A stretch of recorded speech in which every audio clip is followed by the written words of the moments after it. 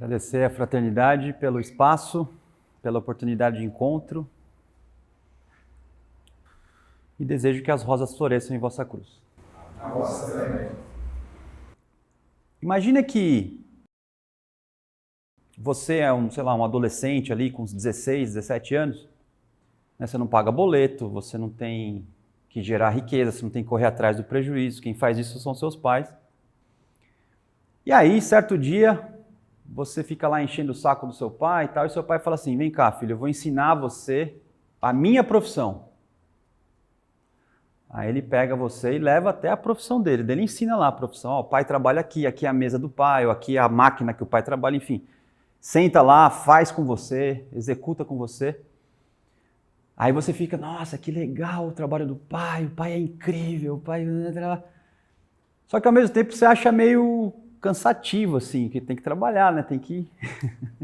A vida lá em casa não tá tão ruim, assim. Afinal de contas você tem uma banda, né? Você toca, né? E aí o pai, com toda a sabedoria, chega para o filho e fala: olha, você ainda não está preparado, mas agora que você viu como é que é o trabalho, como é que é a subsistência, você vai começar a se organizar para também ter a sua vida independente e se tornar adulto. Isso pode implicar ir para a faculdade, isso pode implicar você já começar a trabalhar. Devagarzinho eu vou te dar o suporte, até você ter maturidade e andar com as suas pernas. Beleza? Beleza, essa é a ideia. Essa introduçãozinha que eu fiz para vocês, ela vai ajudar a entender o mito principal que direciona a vida espiritual, que é entender o cristianismo a partir da queda do homem. No sexto dia da criação, então, o homem está macho e fêmea, pronto. Assim como um adolescente, com seus 16, 17 anos, também está pronto. Só que ele ainda não é adulto. Ele está pronto, mas falta ainda aprender algumas coisas. Mas um adolescente de 17, apesar de ainda não ter 21 anos, ele já está pensando, ele já está conseguindo articular, ele vai amadurecer até alcançar a autonomia dele. Então, o Adão é como se fosse um homem adolescente. Ao mesmo tempo que era um homem perfeito. Então aqui tem uma primeira dualidade. Você tinha uma condição perfeita, você não conhecia a morte, você não adoecia, você não envelhecia, estava no seu corpo vital. Perfeito. Ao mesmo tempo, não pronto. Como uma coisa perfeita e não pronta pode coexistir? Essa é uma das chaves que vocês não podem perder. Tudo que Deus cria é dual. E a maneira de você se amadurecer é superar essa dualidade. Adão é macho e fêmea, dual. Adão é homem já perfeito, imagem e semelhança de Deus, mas ainda não pronto.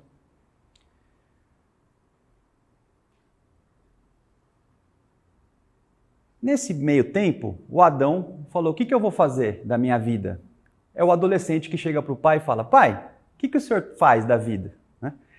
E aí Deus conversa com Adão na Bíblia. E aí, nessa conversa você percebe que Deus começa a criar um jardim para o Adão viver, que não existia nada.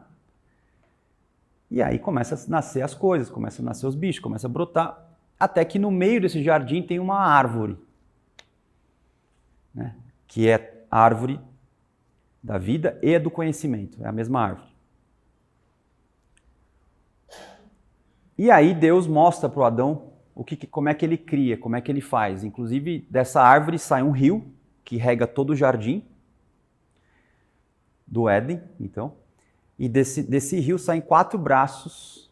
Cada braço vai alimentar uma dimensão da existência. São 4 dimensões aqui. Nós já vamos chegar. Só que, quando o Adão viu como é que o que Deus fazia, e aí Deus falou assim para ele: filho, assim como eu tenho que trabalhar, um dia você vai ter que trabalhar, só que na linguagem de Deus, assim como eu sou Deus, criador e livre, o seu destino é ser criador e livre, como eu sou. Então o seu destino é ser como eu sou. É isso que Deus falou para Adão, ali, criando o jardim. Só que aí o homem estava com a banda, né? Tocando guitarra, né? Ficou meio preguiçoso. Como é que Max Heindel fala desse momento? Ele fala do lemuriano que via o mundo do desejo e as hierarquias estimulavam ele para fazer as coisas e ele não queria saber, ele queria ficar só no mundo do desejo. Por quê? Era o jardim das delícias, o jardim do Éden, conhecido como o jardim das delícias. Então o homem não tinha incentivo para ação. Então o homem viu o que Deus fazia, mas não quis muito seguir os passos do pai. Eu já vou explicar quais são esses passos do pai para vocês daqui a pouquinho. Mas aí, no meio do caminho,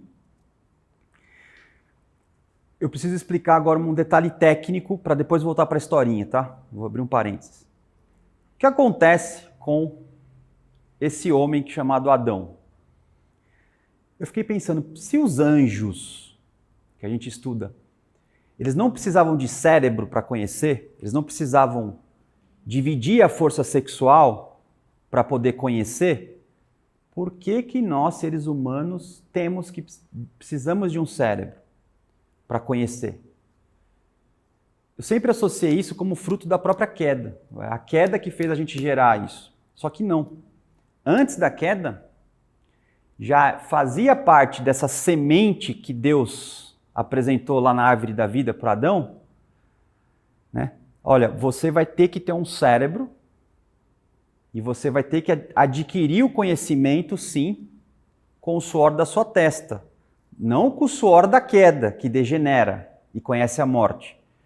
Mas já fazia parte da ideia original do ser humano ele exercer a liberdade, porque Deus é livre, e no exercício da liberdade decidindo, ele ter uma experiência, e a partir dessa experiência ele extrair um conhecimento. O que o anjo não faz esse processo, o anjo não decide. O anjo não é livre, tanto que o anjo da guarda só se lasca, ele não pode decidir e falar, nem vou atrás de você, né? Você só me sacaneia, né? Ele continua te seguindo. Os únicos anjos que tentaram decidir foram os anjos decaídos, os lucíferos. Quando Deus chamou o homem para ver no centro do jardim a árvore da vida, eu já vou explicar o que é isso, e falou, você entendendo a árvore da vida, você vai ser que nem eu. Deus mostrou para o homem que ele tem que saber usar a liberdade. É prerrogativo humano ser livre. Nós somos livres. Porque Deus é livre. E assim como uma semente de abacate, se você plantar no chão, vai nascer um abacateiro, não vai nascer um pé de abacaxi, e nem vai nascer, sei lá, um computador, vai nascer um pé de abacate. Se você é a semente de Deus, o que vai nascer de você? Um Deus. Porque você é uma semente de Deus. Agora, só um parênteses. Não é porque você é uma semente de Deus que você vai se tornar idêntico a Deus, o que já estava bom demais. Como a Igreja Católica supõe, e assim seja. Mas Max Heindel sugere que o ser humano, além de desenvolver todas as potencialidades de Deus, ele tem um pequeno espaço de originalidade espiritual. Não é originalidade de personalidade, porque as pessoas vão ouvir isso aqui e vão falar, então, meu filho, aí eu quero ser um avestruz, né? Não quero ser um ser humano mais, né? Não é isso que eu estou dizendo. A liberdade é espírito, a gente nem sabe o que é isso ainda. Mas o método Rosa Cruz, ele te encaminha para esse grau de liberdade. A liberdade ao ponto de, inclusive, você ser um pouquinho diferente do seu próprio pai. O que numa igreja católica isso não acontece. Oi? É a epigênese. Perfeito. É o que o Max Heindel coloca como epigênese. Essa é a verdadeira epigênese. E isso que diferencia o método Rosa Cruz dos filhos do fogo de uma linhagem de água. Nesse aspecto principal. Porque aí, o ser humano não queria decidir. Ao mesmo tempo, era bom que ele não decidisse. Por quê? Porque ele era um adolescente ainda. Né? Se você colocar a empresa na mão do adolescente, né? Ele não sabe pagar boleto, ainda não recebeu uma DARF, né? Não gerou uma DARF para pagar. Então ele tem ilusão na cabeça, faz fantasia. Né? Quando você dá uma DARF para ele, ele tem o choque da realidade. Fala, ih, o negócio e aperta, né? Começa a amadurecer. Né? Então, ele não queria saber. Aí a gente teve um incentivo, que aí entra os nossos irmãos lucíferos, portador da luz, da falsa luz, Lúcifer, e nos seduz, no caso seduz o homem que já estava encarnando, eu pulei um pedaço, né? Ora homem, ora mulher. Qual que é o pedaço que eu pulei? Para que você pudesse decidir, para que você possa exercer a liberdade plena que Deus te dá, que é o livre-arbítrio, que é a maior prova de amor. Livre-arbítrio é sinônimo de amor. Não existe amor sem liberdade. Era necessário criar um cérebro, porque é o cérebro, no mundo físico, que possibilita, então, essa aquisição de pensamento. Os anjos, por não terem cérebros, eles não conseguem adquirir o próprio conhecimento. O conhecimento flui deles. O cérebro, ele adquire conhecimento. E aí, como é que foi feito esse processo? Nós usávamos sempre a força bissexual, como somos Adão, macho e fêmea, para construir os nossos corpos. Então, para quem está acostumado com a literatura Rosa Cruz, período de Saturno, trabalhamos lá no corpo físico e no espírito de vida, divino. Período solar, corpo etérico, espírito de vida. Período lunar, corpo de desejo, espírito humano. E a mente no período terrestre. Enquanto estávamos até a época lemúrica, macho e fêmea, a gente tinha a reprodução muito parecido com a mitose que você vê na célula. Então, metade, né, se quebra e cresce e assim vai. Para a construção do cérebro foi necessário, então, pegar metade da força sexual, subir para fazer a laringe e o cérebro, para então exercer a liberdade. Isso que não me entrava na cabeça. Eu demorei até agora para entender. Por que teve que dividir o sexo? Né? Porque a única maneira de você exercer liberdade é se você enxergar a parcialidade das coisas. Você precisa enxergar as coisas uma única parte e não o todo, para então ter a chance de escolher entre o bem e o mal.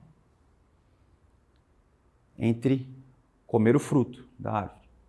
Então, o próprio exercício da liberdade implica em você, momentaneamente, perder a noção integral das coisas e ver as coisas parciais. Como é que o Lúcifer seduziu a Eva? Né? Que já estava, então, ora encarnando homem, ora mulher. Então, quando encarna mulher, Eva, quando encarna homem, Adão. Mas é o mesmo ser. Né? O Lúcifer chegou para ela e falou assim, você não precisa ficar obedecendo o que seu pai mandou, que é ir para a faculdade, fazer um estágio. Né?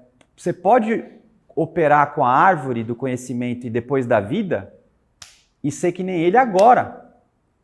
Afinal de contas, se você o fizer, você está exercendo a sua liberdade. Deus não te fez livre? Todo mal, gente, isso aqui é para vocês não esquecerem, então. Todo mal acredita que está fazendo bem, tá? Você fala assim, como é que essa pessoa doida, fazendo tudo isso, ela faz? É porque ela acha que ela está fazendo bem. O Lúcifer chegou para Eva e falou, se você exercer a liberdade, você está sendo como Deus.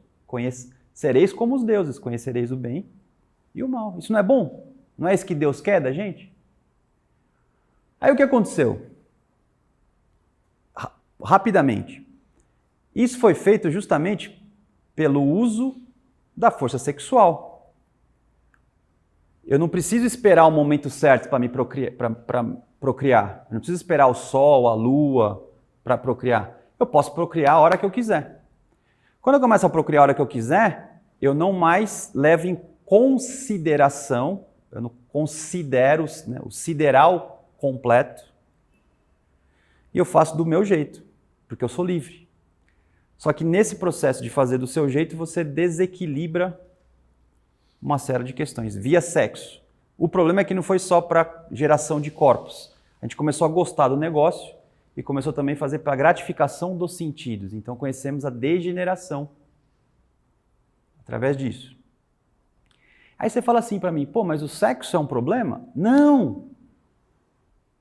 O problema é que quando você internalizou metade da sua força sexual, por que Deus mandou você ir para a faculdade, mandou fazer um estágio antes de assumir a liberdade? Porque Ele queria que você aprendesse a chegar num estado em que você superasse a condição egoísta, que é a condição de internalizar para si a força sexual. A força sexual internalizada ela é necessária para você conhecer. Mas quem conhece? Eu conheço. Então todo o meu conhecimento é egoísta. É para eu conhecer. E um cara que começa a adquirir conhecimento sempre para mim, se ele começa a usar a força sexual, o que ele vai fazer? Ele vai fazer de modo egoísta. Esse que foi o equívoco da queda. Então o problema não é o sexo em si, é que quando a gente vai usar a força sexual, a gente usa para nos gratificar.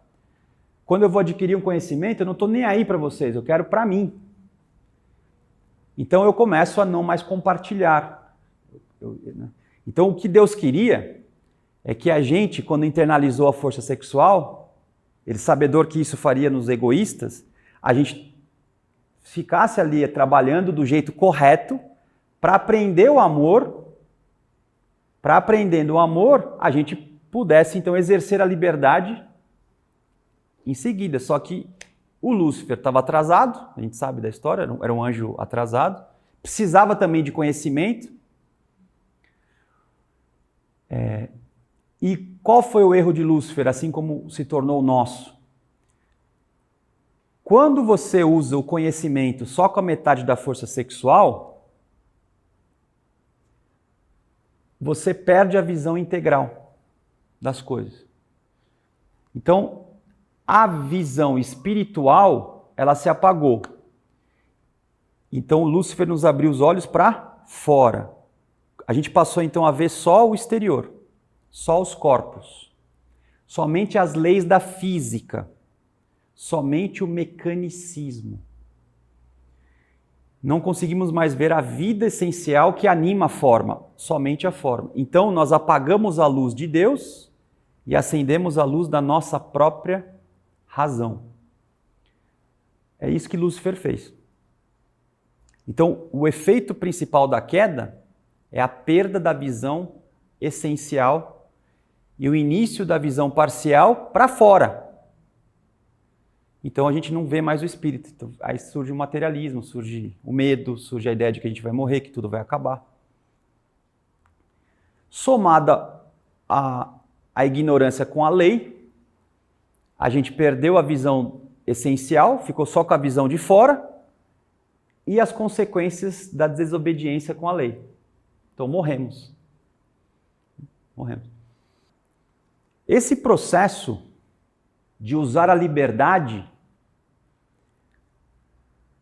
é acessar um polo sexual positivo ou masculino, que é uma das colunas da árvore da vida. O Lúcifer, por isso que a árvore do conhecimento e a árvore da vida ela é a mesma árvore. Na medida que a Eva comeu a árvore do conhecimento, ela também conheceu como operar ativamente com a liberdade. Na maçonaria e catolicismo, Max Heindel coloca que esses espíritos, então, ali por Samael, né, que Samael fecundou a Eva antes, né, ele é um espírito tão iluminado, ainda que seja uma falsa luz, iluminado no sentido, porque depois eu vou usar a palavra hebraica que está na Gênese, a palavra Tov. Tov significa o bom e o iluminado. Tov é a palavra que você traduz como a árvore da vida. Você conhece o bem, Tov, e o mal, que é Verra. Verra, o mal, Tov, o bem. E é a mesma palavra que qualifica a luz do primeiro dia da criação. Faça-se a luz e a luz se fez. E viu que era bom. O bom é o Tov, que é a manifestação. O que o Lúcifer ensinou é: seja livre para se manifestar. Aí o que o Jeová fez para a gente não comer? O querubim expulsou a gente com a espada flamejante. Mas o que o Jeová fez? O Jeová, ele, através da lua, ele começou a cristalizar os nossos corpos. Então ele mandou os anjos moldarem a terra vermelha.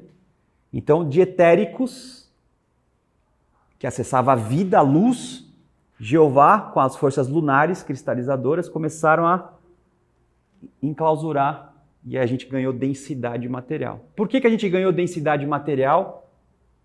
Porque a gente estava usando a liberdade adoidado, que só que usando a liberdade só com o polo ativo, esquecendo do polo feminino. Pegaram essa ideia? Mais ou menos? Agora eu vou explicar outros detalhes. Até aqui, podemos seguir? Bom, vamos entender então o que é que Deus apresentou para o homem quando ele chamou, vem cá ver o que o papai faz na empresa, né? Só que ele apresentou a árvore da vida lá para o filho. Né? O que Deus apresentou foi o seguinte. Ele falou o seguinte: você sabe como é que eu crio, filho?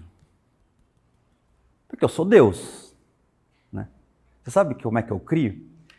E você tem que ser Deus como eu? E você então tem que ser um criador? Então sabe como é que você vai criar? Para você criar, você vai ter que acessar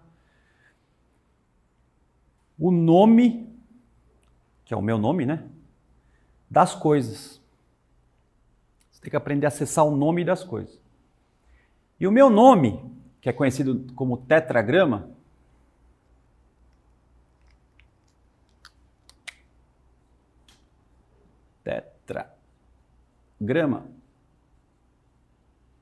é esse aqui, filhão.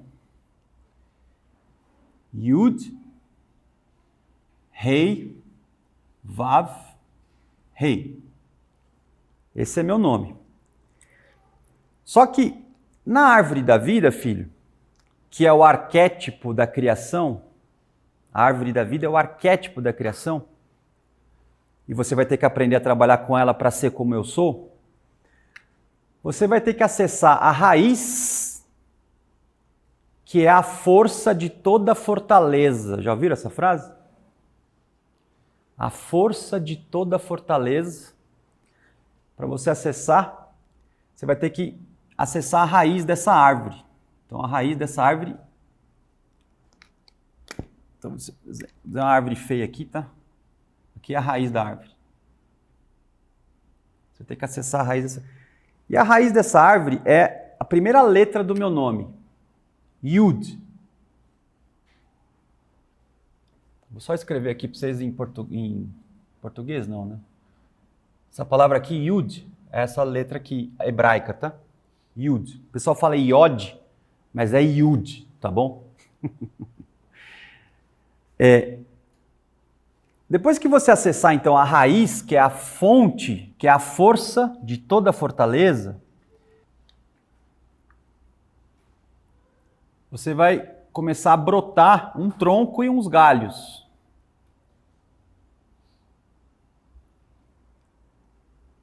É assim que a gente cria.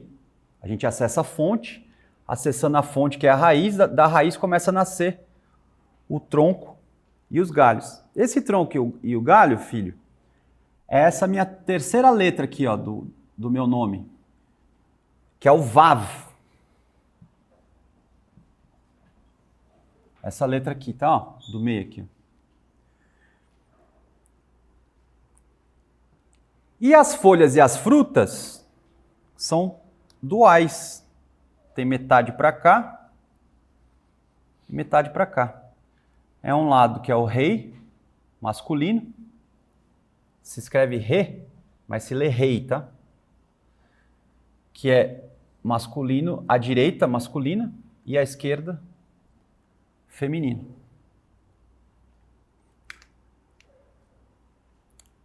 Para você ser como eu sou, você tem que se tornar isso.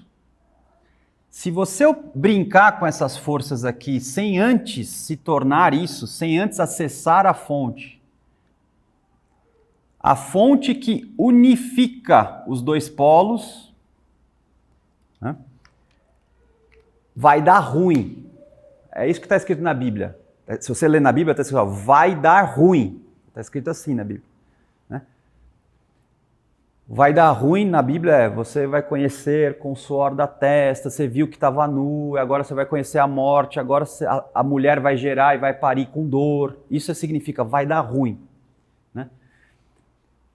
E aí o Lúcifer nos convenceu de que operando só com esse polo aqui, ó, eu já seria livre. E esse polo aqui? Esse polo aí é dogma, é Jeová, chato. É nós aqui, ó. Né? E, ao mesmo tempo, sem acessar o Yud. Em números, vamos lá. Lembra que eu falei que o 6º dia da criação era muito importante? Que Deus começou a criar? Pra você ver como a Cabala é um negócio incrível, né? A letra Vav, que é essa daqui, que representa o tronco e os galhos, é número 6. Quando você vê uma árvore com tronco, ela já está mais ou menos, às vezes ela não está dando fruto, mas ela já está pronta, ela já é uma árvore. É o Adão, no Jardim do Éden. É o bebê no 6º mês da gestação. No 6º mês da gestação, o bebê está pronto. O 7º mês, o 8º mês e o 9º mês, ele ganha força, ele amadurece para poder nascer. Mas ele já pode nascer no 6º mês, sabia? Prematuro. No 7º mês, mais ainda. Na verdade, quando ele entra no 11º mês, 10º mês, sai do 9º mês, entra no 10º, ele nasce.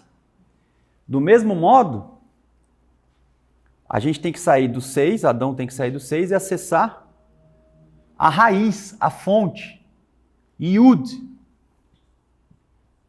que é o número 10.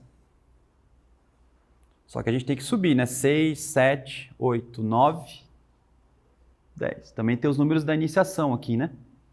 6ª iniciação menor, 7ª menor, 8ª menor, 9ª menor, 1ª iniciação maior. Irmão adepto. E acessando essa fonte, eu sou capaz, então, de unir, casar os dois reis. Rei. Rei masculino, rei feminino, que é 5 mais 5, que também dá 10, que é a totalidade. Como eu usei metade só da força sexual para conhecer, o que aconteceu comigo necessariamente? Eu só uso um rei. Por isso que o querubim nos expulsou do Éden. Ele falou, você quer brincar com esse negócio só com um rei? E o outro rei? Não tem outro rei. Então vai embora, arrancou a espada e mandou você embora.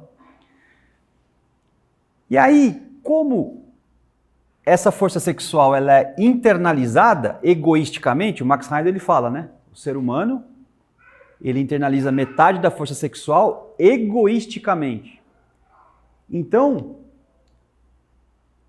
tudo que fizemos com o uso da liberdade foi egoísta. Aí surge o pecado capital dos capitais, o orgulho, a vaidade que a igreja tanto bate, com razão. Pegaram? Agora eu vou explicar para vocês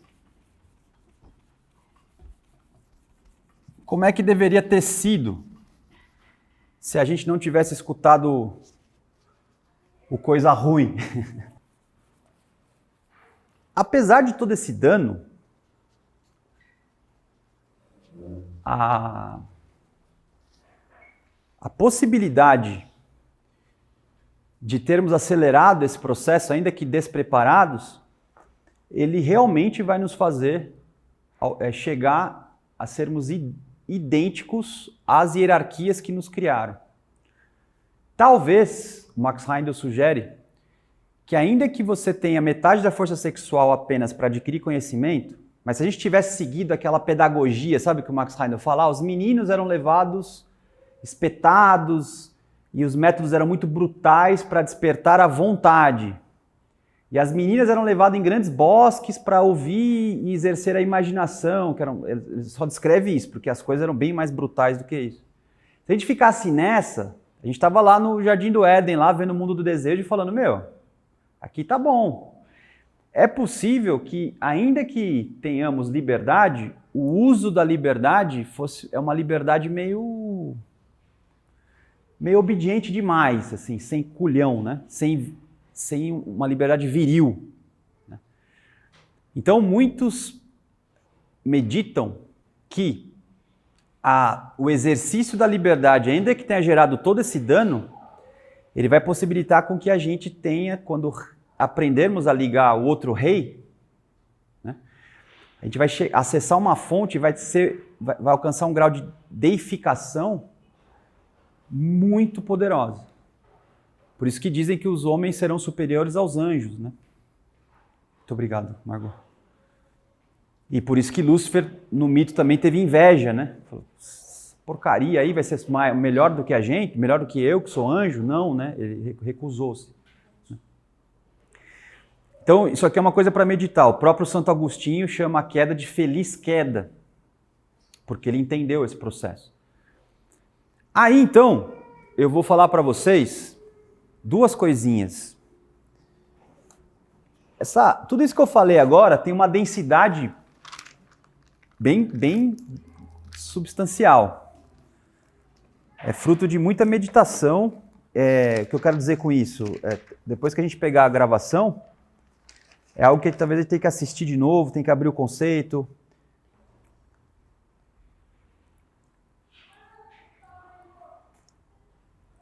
Primeira coisa que a gente tem que entender é que não existe necessariamente, conforme a nossa cultura colocou na nossa cabeça, o tal do bem e do mal. Não estou relativizando não, tá? Você está falando com uma pessoa que é bem tradicional. Então não tem nada de relativizar valores aqui, porque eu tenho uma utopia de mundo perfeitinho. Isso não é isso não. Eu estou trazendo o ensinamento da língua hebraica para vocês. É outra coisa, não estou relativizando nada. Então, o que significa bem? O fruto, né, do pecado que fez o homem conhecer e decidir entre o bem e o mal. Ou bom e mal com U, se preferirem, né? As palavras que a gente tem lá na Gênese é a palavra Tov. A palavra Tov se escreve assim, ó.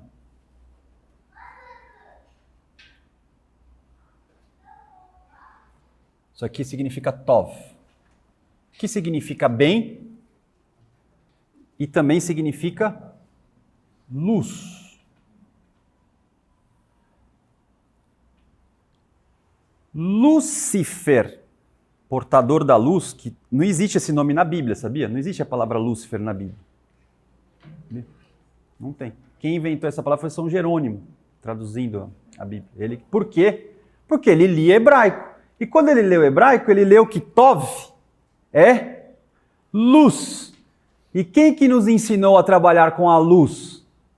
O danado do cão. Né? Por isso que ele falou, então, é o portador da luz. Né? Inclusive, a palavra serpente em hebraico, ela também representa a pele que brilha. Porque é a medula, né? É a nossa medula que brilha. Se você tiver clarividência, você vê brilhando. Como nós perdemos, nós não vemos. Aí fica fazendo essas embaranhado todo aqui, zoado, né? Aí nasce no Brasil.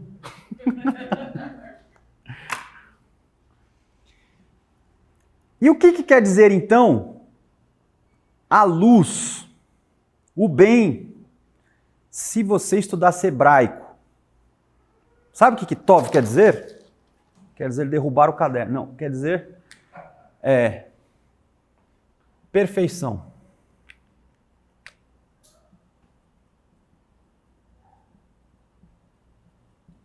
Aquilo que já é tão perfeito que já acabou. Já é finalizado.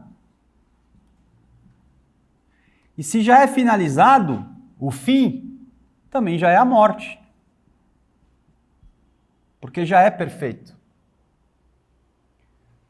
É isso que Lúcifer ensinou a gente, a buscar. Por isso que os filhos do fogo são bravos e se revoltam com o mal, que é verra, né? Porque se eu já estou trabalhando com o polo da perfeição, por que eu tenho que trabalhar com aquilo que é imperfeito? Então, o problema é que junto com isso aqui vem a palavra estabilidade, porque já é perfeito. É engraçado pensar que a luz perfeita pode ser estável, né? Você imagina que a luz é uma coisa dinâmica, né? Estável. Então, o que é o bem, segundo a língua hebraica? É algo que já é perfeito, algo que acabou, algo finalizado. Morte no sentido de que não precisa nem se materializar, porque já é espiritual. Então, vocês acham que esse polo é o polo da imagem ou da semelhança? Esse polo aqui. Polo da luz, da perfeição, do bem. É da imagem ou da semelhança? Se a gente fizer uma análise de cima como é embaixo. A luz tem mais a ver com a imagem ou com a semelhança? Com a imagem, né? Agora vamos entender o que é o mal. O mal, a ausência de luz. A palavra hebraica para mal é verra. Verra se escreve Vav, Reish e Aim. Se, em português, né, se a gente fosse falar na nossa, verra, que é mal, é escuridão, que é o oposto da luz, é dinamismo,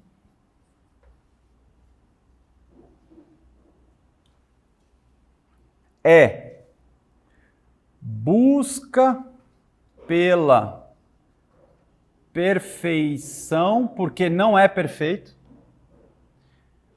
Então aqui já é. Aqui não é. Ser, não ser. Luz, trevas. Quando o homem, Adão, nós estávamos no Jardim do Éden, nós éramos a imagem e semelhança de Deus, perfeitos. Mas ainda tínhamos um trabalho para fazer. Nós éramos perfeitos, mas tínhamos um trabalho que é virar gente grande. Percebe? Se eu excluir esse polo da imagem, eu chego no progressismo puro. Eu chego no progressismo puro, no devir. Esse é um polo, devir. Nunca se banha no mesmo rio por duas vezes. Cada vez que eu entro num rio, amanhã é outro rio. Devir. Nada é estável, tudo é instável. Então, um polo da realidade é esse dinamismo, a mudança. Só que a mudança pela mudança, a mudança e o progresso tem que estar pautado naquilo que já é, na imagem. Por outro lado, se eu negar isso daqui, eu chego numa cristalização dogmática. Se já é perfeito, por que você está se mexendo? Por que você está questionando? Você já é bom. E se você quiser chegar no rei, no Yud, que é a fonte, você vai ter que aprender a sintetizar os dois polos. O polo da luz é o polo masculino. E o polo das trevas é o polo feminino.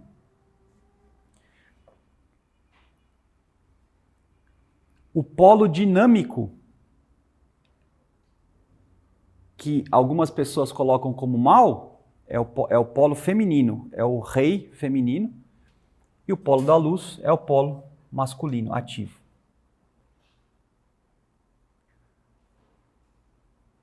Como eu tenho metade da força sexual apenas trabalhando aqui, eu só consigo ou ver isso, nunca a simultaneidade. Por isso, então, eu sou egoísta.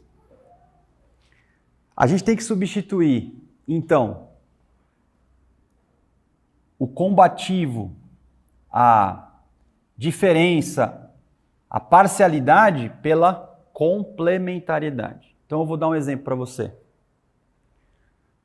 Luana, esse chá que você está tomando, foi você que fez? Não foi você que fez. O fato de você poder tomar um chá, então, que é um ato, você precisou de um outro polo que alguém fez para você. Então você não é completa para poder nem tomar uma porcaria de um chá. E quem fez o chá para a Luana tomar? Ela gerou a erva do chão ou ela foi no mercado comprar? Deve ter ido no mercado. Então até a pessoa que fez o chá também não é completa. Ela precisou de alguém que levou no mercado. E mais, pior ainda, a água que ela usou para fazer o chá, ela também não... Você sabe fazer H2O? Vem cá, molécula de 2 hidrogênio, oxigênio, você não consegue. Então, você sempre precisa do outro. Só que a metade da força sexual fala o quê para você? Que você se basta. Por isso que você é egoísta. Nada que você fizer, nada, não tem uma coisa. Para respirar você precisa... Você faz o ar? Você respira? Você faz o sol que nasce? Se apagar o sol, você morre. Se você internalizar essa noção de que você nunca se basta, é o primeiro passo para você começar a chegar nessa complementaridade. E é isso que Deus queria que falou pra gente lá. Falou assim, meu filho, antes de você aprender a mexer com a força da luz, você precisa entender que você é uma pessoa muito normal. Aí você vai começar. Então, quando a força masculina ela fica individualizada, acontece duas coisas. A primeira, o masculino se torna bélico. Se torna ambicioso, destrutivo, combativo. É o signo de Áries, que é o signo mais masculino que tem no... Os caras acham que capricorniano é duro. O único signo mais forte é Áries. Áries é mais forte que Capricórnio. O Capricórnio vira uma mocinha perto de Áries. Então... Além de você guerrear, isso aqui não tem nada a ver com nascer no corpo masculino, tá? Aqui também implica a mulher ser combativa, a mulher ser egoísta, né? É usar o polo masculino independente do seu sexo biológico. Vocês acham que o ideal de mulher entre os intelectuais universitários hoje é combativo ou não? As que lutam pelos direitos. Você acha que é pleno ou é marciano combativo? É quase um homem ali, enrustido. Não precisa editar não, viu? Pode deixar. É meu CPF que tá em jogo, pode falar. Claro, não vai resolver, porque você está só exacerbando a força parcial, material, você está com uma visão parcial. Aliás, o homem é inimigo, a mulher é inimigo.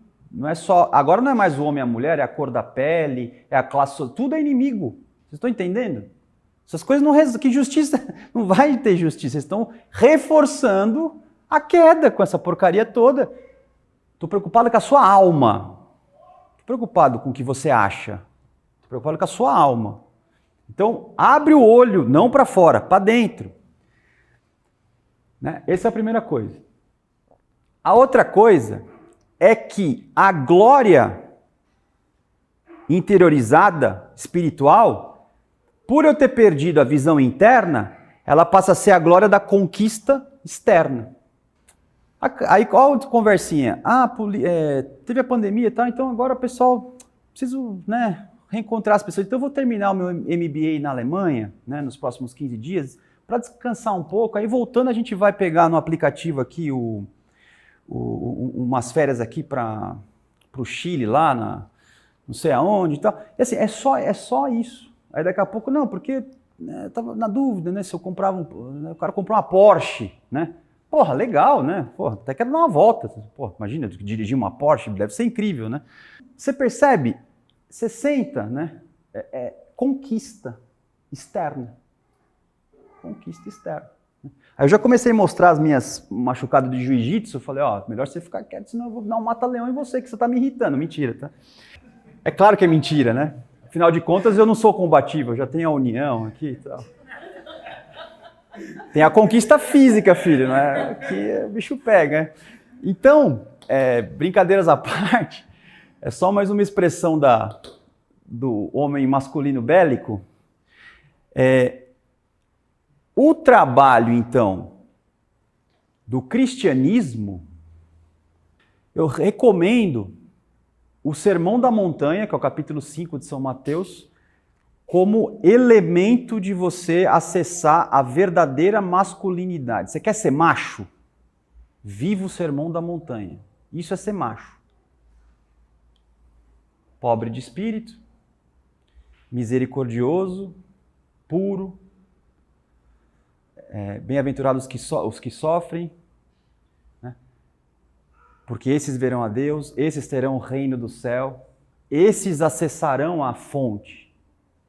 Bem-aventurados os misericordiosos, porque o homem verdadeiro, ele é misericordioso. O cristianismo, ele ensina misericórdia. É você ser viril.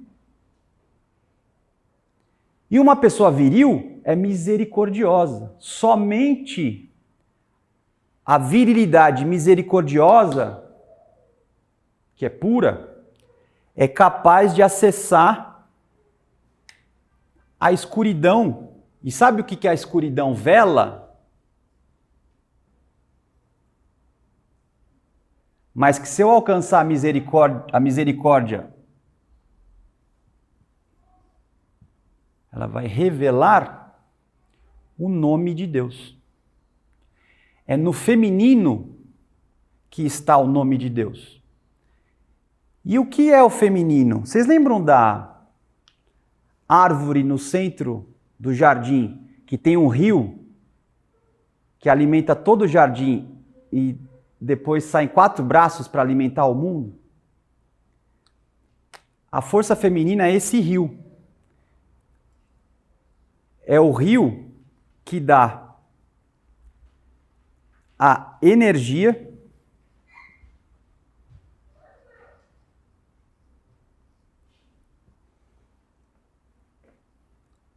a condição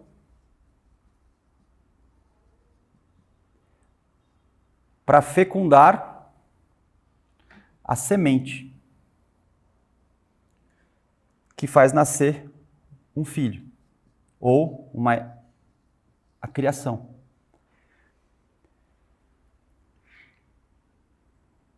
Quando o homem se torna misericordioso e amoroso, puro, ele vai poder penetrar no feminino, E a ideia do feminino, a ideia masculina vai ser recebida pelo feminino. E o feminino, entendendo a semente, vai canalizar a energia do rio para que aquilo então ganhe forma. É o que acontece hoje numa relação sexual. O homem joga a sua semente, a mulher recebe e ela dá toda a condição para que surja um ser desse, que está aqui pequenininho, que todos nós já fomos. É a mulher que faz isso. O homem joga a semente. É o mesmo trabalho da terra. Você pega uma semente e planta. A terra faz todo o trabalho de direcionamento escuro. Você não vê. Não é mal. É velado. É escuro. Mas é super dinâmico, né? Percebe? Agora, não pensem que só tem o uso masculino bélico. E o feminino isolado do masculino? Não pensem.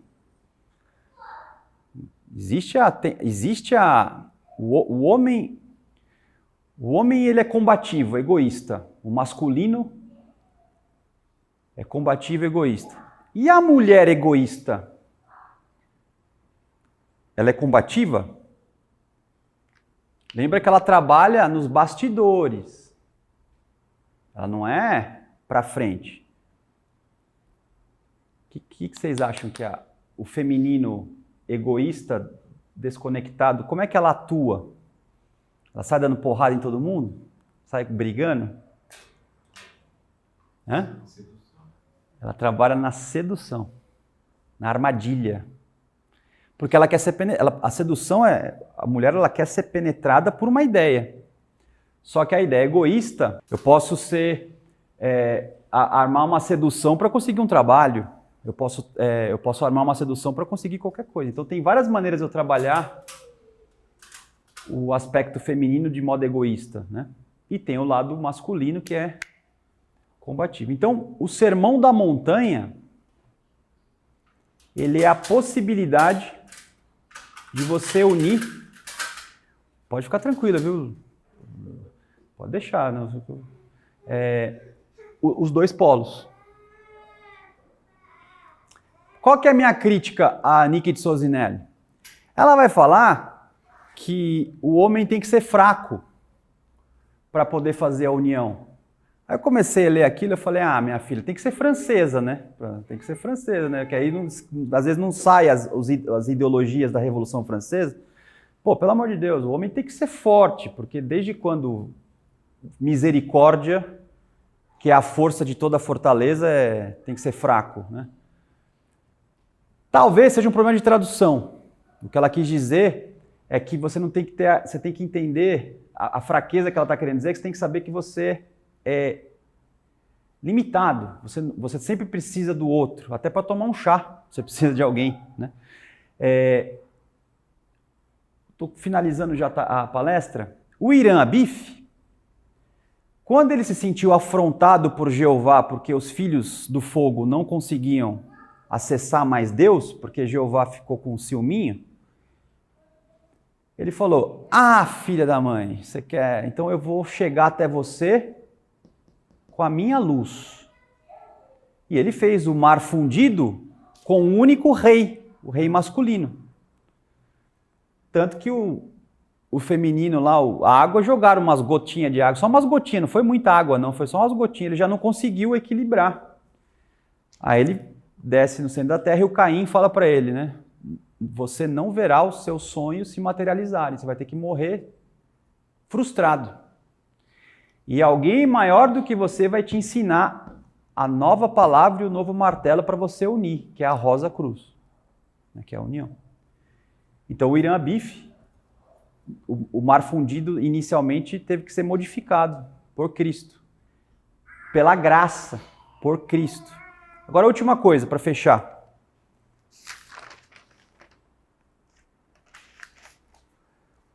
Por que a Corinne Line diz que todo o trabalho espiritual começa com o reerguimento do verdadeiro feminino? Porque é no feminino que está o nome de Deus.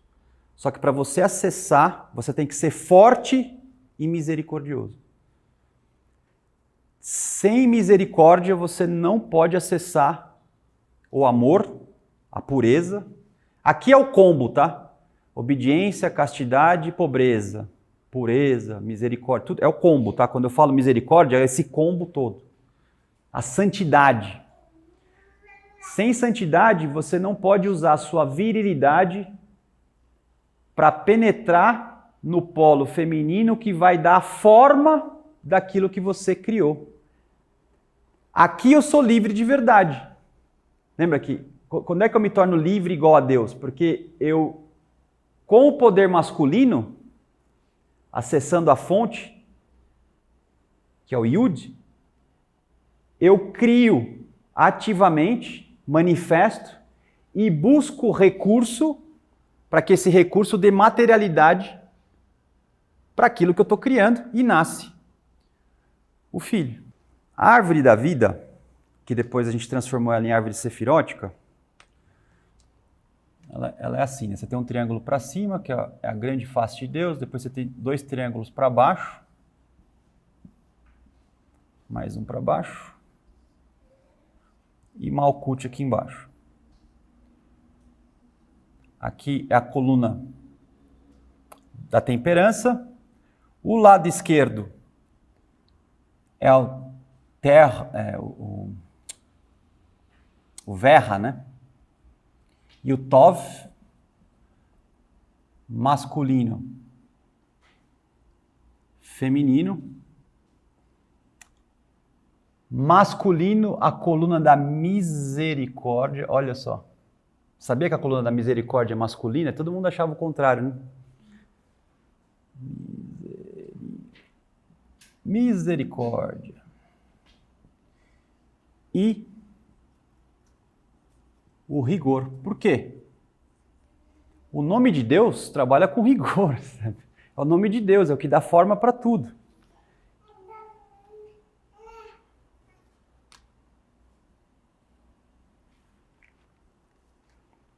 Basicamente, já estou finalizando,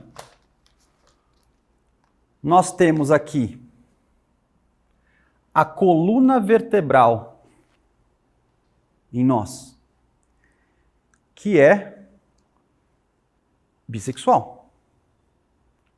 Metade da força sobe, metade desce. Então, na mesma coluna, se opera as duas forças. Com a pureza, com a misericórdia, essa força vai subir. Assim como essa coluna é a síntese das duas. Então, a nossa coluna, nosso sistema nervoso central, ele já é bissexual. A medula já faz parte do sistema nervoso central. Só que, como nós usamos metade da força sexual e temos a visão parcial, quando essa força sexual chega e faz o cérebro, você tem um hemisfério masculino e um hemisfério feminino. O hemisfério, então, esquerdo é masculino. E o hemisfério direito é feminino. Quando você trabalha com o hemisfério esquerdo, você trabalha com a linguagem e com a consciência. Quando você acessa o hemisfério direito, que não é da linguagem, que é musical, quem acessa não fala que às vezes perde a noção do tempo, do espaço, tem uma noção de plenitude. Por quê? O feminino, do lado direito, é o que revela o que é espiritual. A mulher tem muito mais contato com o espiritual, por isso que ela é mais intuitiva. O cérebro direito, ele é mais feminino. O iniciado, ele aprende a trabalhar com como ele está chegando na unificação, ele trabalha com os 2 polos ao mesmo tempo. O corpo caloso, ele começa a trabalhar junto. Então, o que acontece? Da minha medula aqui, ó, deveria, antes da queda, e era assim na verdade, da minha medula, sai um rei para cá e um rei para cá. Você tem Yod, rei, Vav, rei, região sacra, Yod, Vav aqui embaixo, Vav, rei, Yud. Não, o que acontece hoje? Com a queda, o lado masculino esquerdo em função da deturpação da queda, ele inverteu o lado esquerdo do cérebro, domina o lado direito. E o lado direito do cérebro, essa inversão é fruto da queda. Porque originalmente era para o lado direito trabalhar com o direito e o esquerdo trabalhar com o esquerdo. A gente criou uma segunda natureza invertida em função da queda. Isso representa no biológico. Se eu levar uma paulada aqui, ou tiver um AVC aqui, se for na área motora, se for motora, né? Eu paraliso aqui. E o contrário também é verdadeiro. Isso só acontece por causa da queda. Não é engraçado? E aí, quando eu chego na visão parcial, que eu só vejo o externo mecânico a partir da minha própria razão e não mais da razão de Deus, porque eu perdi a visão espiritual, eu chego na última informação que eu vou passar hoje para vocês. Eu perco a noção de qualidade. E caio na consciência de quantidade. A inteligência, aqui nós temos Binah, inteligência. Inteligência, e aqui Hokmah, que é a sabedoria.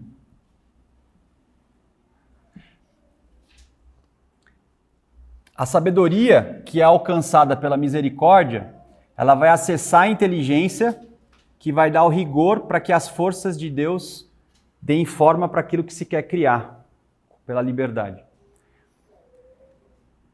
Com a visão parcial, nós perdemos a qualidade, que é essencial e espiritual, e caímos na quantidade. Qual que é o problema do raciocínio de quantidade? Por que vocês acham que a gente acha esquisito a parábola de Cristo que diz assim, ó, um colecionador de pedras preciosas, ao encontrar uma pedra muito bonita, vende toda a coleção, tudo que tem para adquirir aquela pedra. Você fala, mas esse cara é doido, o cara vai morar na rua, xarope, né? Louco. O cara tá louco. Louco. Ou, o cara tá sem ovelhas, uma ovelha se perde.